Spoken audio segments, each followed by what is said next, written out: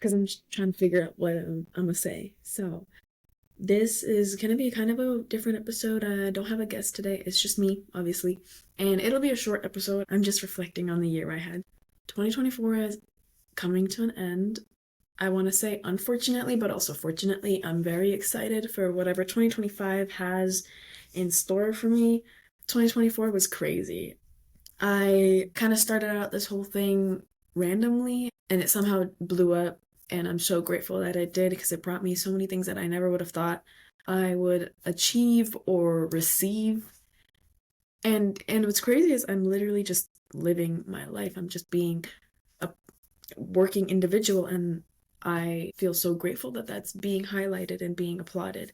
So I want to do the same for other people, yada, yada, yada. That's kind of the whole thing about my podcast, but we're not talking about that right now. We're going to talk about how I started off doing all this, why I'm in front of you right now. So at the end of 2023, I was working at a machine shop and I loved it. I was learning so much, but I wasn't learning as much as I wanted to because my trainer had unfortunately gotten let go from the company. So I was unable to learn what I wanted to learn. So I took to LinkedIn and started posting because I knew that there were a lot of industry professionals and experts on LinkedIn who would probably point me in the right direction.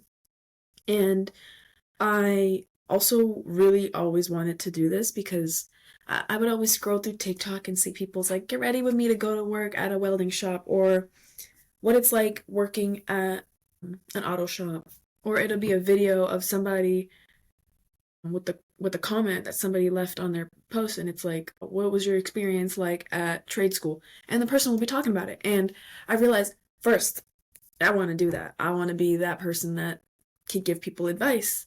I want to post. I want to be more comfortable posting. And I figured, you know what?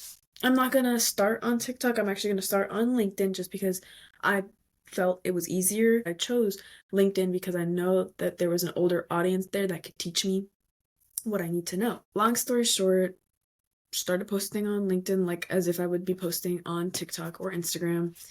Take a shot every single time I say any social media. So I started posting myself and people would interact with me, and I was very surprised because in like 2 days I had gotten up like 30 connections, and I literally only had 2 before I started, so it was very surreal.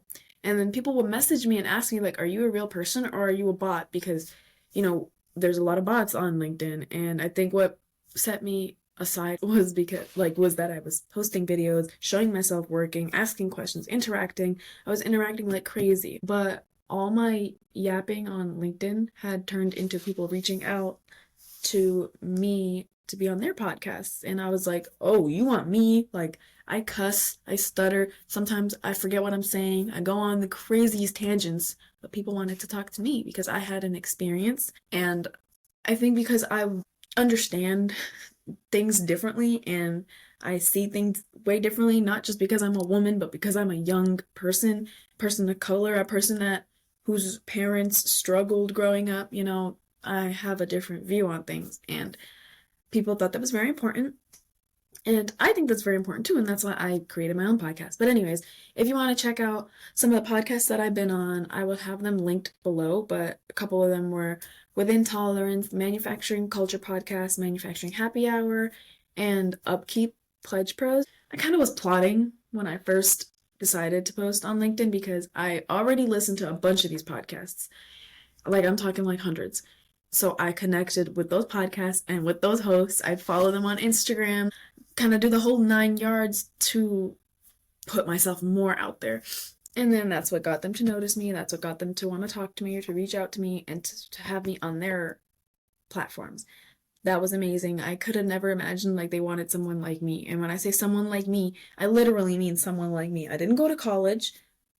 Past high school, yeah, but not to be racist, but I'm brown. I kind of have to pass high school. A young woman of color in a new industry. I didn't think they wanted to speak to me, but that's the experience that they want to hear. That's the experience that other people want to hear. It's very important for voices like mine to be uplifted and heard. So all that shit happened in 2024, and 16-year-old me is like, what? Not to mention the articles that I was in, like Modern Machine Shop magazine wrote about me, IMTS wrote about me. Now let's talk about IMTS real quick. IMTS is the International Manufacturing Technology Show. It happens every 2 years in Chicago. It's a big, big deal. People from all over the world, all over the country come. There's a bunch of machinery being displayed. It's a very, very big convention. It was such an honor to go and speak at the show. Y'all, they wanted me on the stage. And okay, I'm not trying to be rude to myself. I love myself, okay? But I'm literally a nobody. And they wanted me on stage? That was crazy. Like, I have experience. When I say experience, I don't mean like I know everything. I mean like I've worked in the industry. So what I know is what I know. And they love that. They really wanted to highlight that. And that made me feel really good. That leads me to the end of 2024, where I decided to make my own podcast because I was sick and tired of seeing all of these young people on social media, but not at these trade shows where they would definitely excel. Like, they have a platform, not only a platform, they have a presence. That's the word. They have a presence. And you can tell this person knows how to talk. Why don't we have these people on these stages? Because we don't know about them.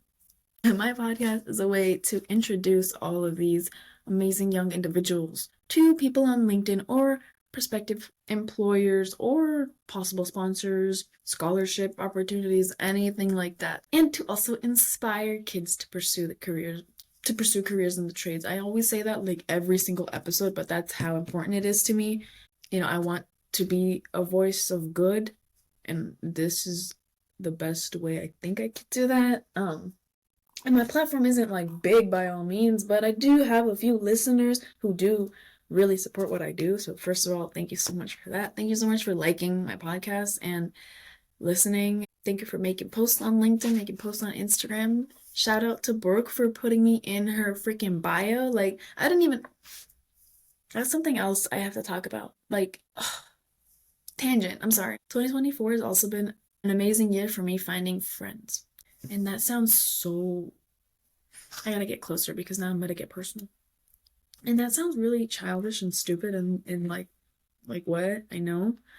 But this year I was able to build my relationships more and grow closer with really important people to me. And I've always struggled with finding a really supportive group of people my age.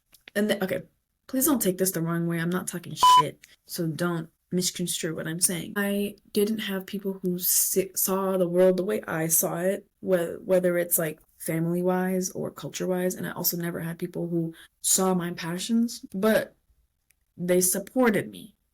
But as I grew up and moved on, I noticed that my relationships now are way more stable, a lot more supportive, and less unhealthy. My really close friend Lucy supports me every single chance she gets. She reposts all of my posts. She tags me in so many people's Instagram posts. That form that I have people fill out, she created that. I just added a couple more questions to it. I just told her I'm making a podcast. She did that on her own. I didn't ask her to post any of my stories. She did that on her own. She'd be networking with these people and then always mentions me. And then my friend Brooke, who I literally just met this year on TikTok, we stay in touch.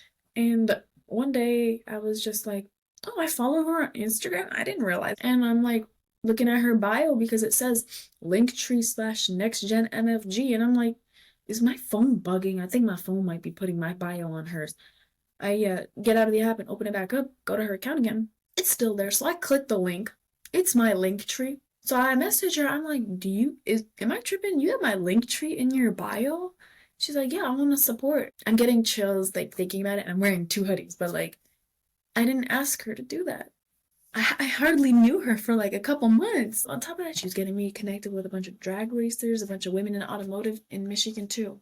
She did that because she wanted to. She did that because she believed in me. 2024 has been the year of me finding people who believe in me for real. So I guess that's kind of like my 2024 recap. I didn't go into detail on much because a lot of it is personal. A lot of it is some personal growth stuff. But I'm really grateful that you guys were here for the ride. So thank you.